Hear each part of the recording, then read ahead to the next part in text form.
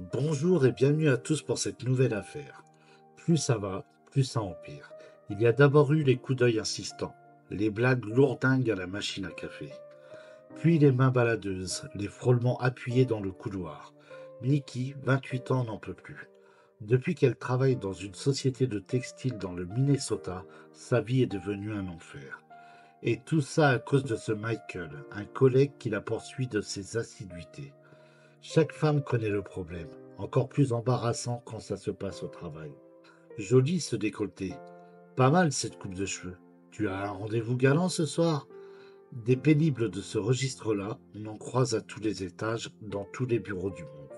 Mais s'il y avait un podium du casse-noix le plus insistant, Michael en occuperait sans doute la première marche. Il n'arrête jamais, toujours à rôder, mater, tripoter. L'homme se dit amoureux, quand en réalité il n'est que collant et oppressant. Combien de fois Nikki a-t-elle tenté de calmer ses ardeurs, mais qu'elle se montre gentille ou cinglante, rien ne fonctionne. Le grand costaud au crâne rasé ne veut pas lâcher le morceau. Que pourrait faire de plus la petite brunette aux longs cheveux? Rien, sinon fuir à son approche et contenir son dégoût à chaque fois qu'elle sent son regard libidineux la poursuivre. La chose à laquelle la jeune femme se raccroche, c'est qu'elle ne compte pas moisir ici. Elle est en train de monter sa petite boîte de création de bijoux. Et bientôt, elle prendra le large. Les clients affluent déjà. Son projet? S'établir en Floride et vivre de son petit commerce au soleil. Une nouvelle vie. Le problème, c'est qu'elle aurait mieux fait de sauter le pas plus tôt. Lundi 24 octobre 2022, peu avant 7 heures du matin. Sur le parking de son travail, la nuit s'accroche encore. Quelques voitures se garent à leur place habituelle, sous le halo des réverbères. C'est le silence de l'aurore, les murmures de l'embauche. Quand tout à coup, un coup de feu détonne, suivi d'une galopade. Quand les secours arrivent, quelques minutes plus tard, ils découvrent un petit attroupement au milieu du parking. Par ici, la poudre a tristement parlé. Étendue sur le bitume, une brune menue halète péniblement. Elle a pris une balle dans le cou. Sous ses longs cheveux, une tache noire grandit, qui vire au rouge carmin dans les premières lueurs du jour. Sa respiration ralentit, se noie dans un ultime filet d'air, et puis plus rien. Nicole Hammond, dite Nikki, vient de rendre son dernier souffle. Devant ses collègues décomposés, les policiers en sont réduits à relever les indices. Ici, une paire de clés sur le macadam. Là, le téléphone portable de la défunte. La malheureuse a été abattue alors qu'elle descendait de son véhicule. Une balle calibre 9 mm dont la douille est encore au sol. J'ai entendu le coup de feu, explique un employé sous le choc. Et moi, j'ai vu Michael Carpenter s'enfuir en courant, ajoute un autre.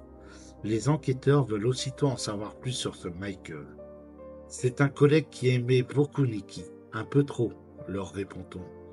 Il faut dire que dans l'entreprise, tout le monde connaissait le harcèlement que subissait la victime au quotidien.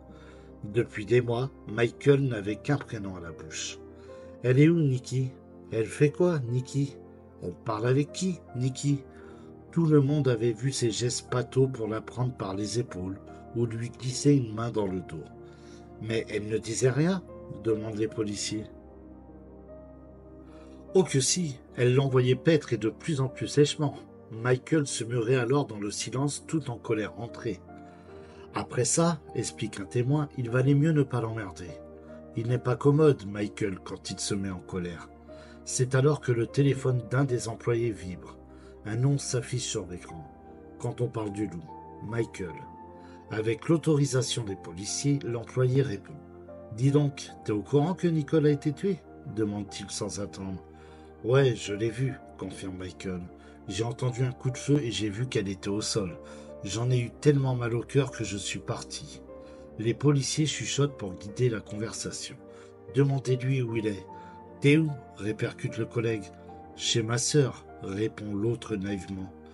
Ne se doute-t-il pas qu'une flopée d'uniformes vient d'en prendre note? En tout cas, c'est sans surprise particulière qu'il se laisse arrêter quelques minutes plus tard. Mais il annonce tout de suite la couleur. Il n'a rien fait. Jamais il n'aurait pu faire de mal à sa bien-aimée. Je marchais vers elle quand on lui a tiré dessus, assure-t-il crânement. Mais alors pourquoi ne pas avoir volé à son secours? J'étais traumatisé. Tout se sent. Faut-il préciser que les enquêteurs ne le croient pas une seule seconde? On vient justement de retrouver dans sa voiture un pistolet 9 mm. Tiens donc. Quant au téléphone de Nikki, il contenait leurs échanges SMS. Je ne veux plus que tu me touches. Arrête. Arrête de créer ce malaise au travail. La jeune femme écrit ensuite à une amie. Je crois qu'il est en colère. Ça devait se vérifier. Mis devant ces éléments, Michael Carpenter finit par craquer et passe aux aveux. Était-il bien nécessaire de commencer par ce cinéma? L'émotion laissée par ce meurtre de frustration est considérable. Les condoléances fleurissent, les pétitions aussi. Non, c'est non, peut-on dire sur de nombreux t-shirts lors de la marche blanche organisée en mémoire de la victime. Dans la presse locale, les associations féministes donnent de la voix. L'entreprise, de son côté, annonce créer un fonds pour construire un foyer pour femmes battues et y dépose 10 000 $. Pour le reste, l'entreprise affirme qu'elle ignorait tout de la situation. Vraiment?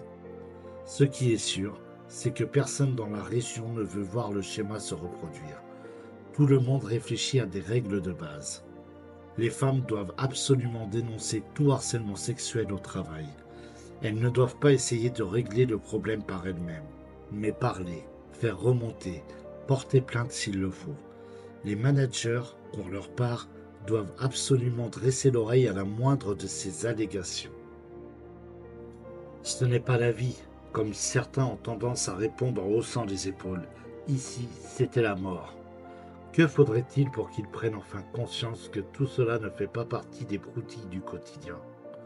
2 ans après les faits, il semble en tout cas que Michael Carpenter n'ait pris conscience de rien.